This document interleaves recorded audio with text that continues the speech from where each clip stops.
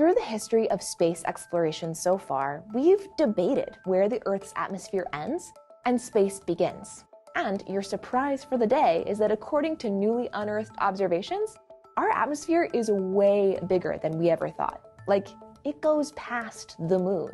We've mostly defined space as the vast expanse of the rest of the universe that exists past the Kármán line, which exists roughly 100 kilometers above mean sea level. Now, according to the Fédération Aéronautique Internationale, the organization officially in charge of determining these kinds of rules, after the Kármán line, you are in space. The reasoning behind this is after 100 kilometers, the Earth's atmosphere becomes too thin for a conventional aeronautic vehicle like an airplane to stay in flight without reaching orbital velocity. So you have to switch to more specialized astronautic vehicles. But if you thought this was going to be simple, it's not.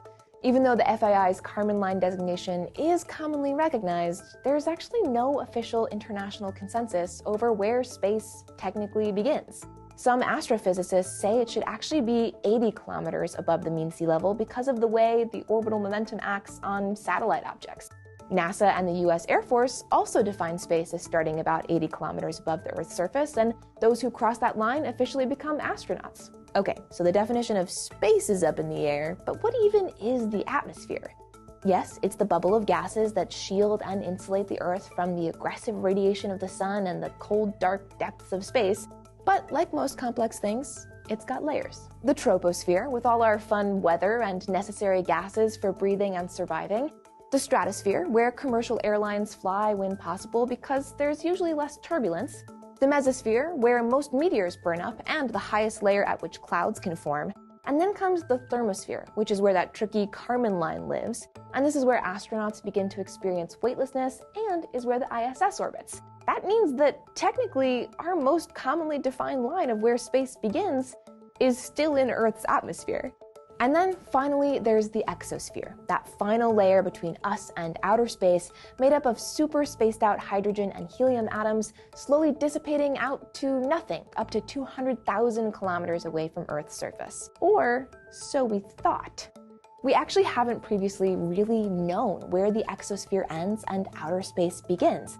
We just know that those extremely sparse gases gradually fade out into a vacuum. But a team of astronomers has recently dropped a total bombshell. When the cloud of gases in the exosphere reflects the sun's UV light, it creates a luminosity, a glow that we can see called the geocorona. These new observations of the geocorona indicate that the exosphere may extend up to 630,000 kilometers away from Earth, a distance that includes the moon. So technically, the moon is in the Earth's atmosphere. This realization is thanks to an instrument called the Solar Wind Anisotropies Instrument, or SWAN.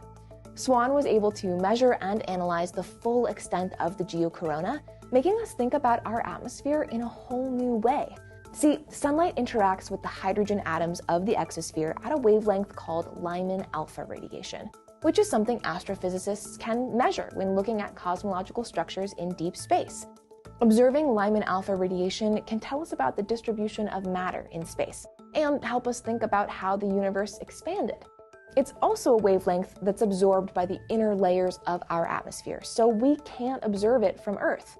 But from SWAN's position in space, it was able to see and measure both general Lyman alpha radiation and the geocorona, which extended far beyond what we were expecting. So while this discovery is remarkable in many ways, not the least of which is that technically no one has ever left Earth's atmosphere, it won't change space travel for us in most practical ways.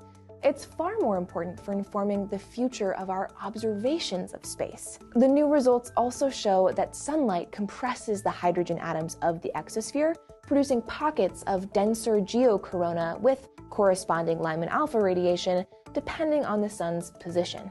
So space telescopes that make measurements from within the confines of the exosphere will need to take a new Lyman alpha baseline level and the bunching of the geocorona into account when observing the night sky, hopefully letting us peer further and with greater accuracy.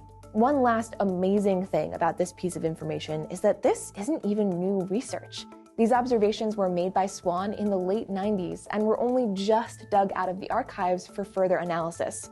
What other startling discoveries could be lurking in a cupboard somewhere? Make sure to subscribe for all of your space updates like this video here. Thanks so much for watching, and I'll see you next time on Seeker.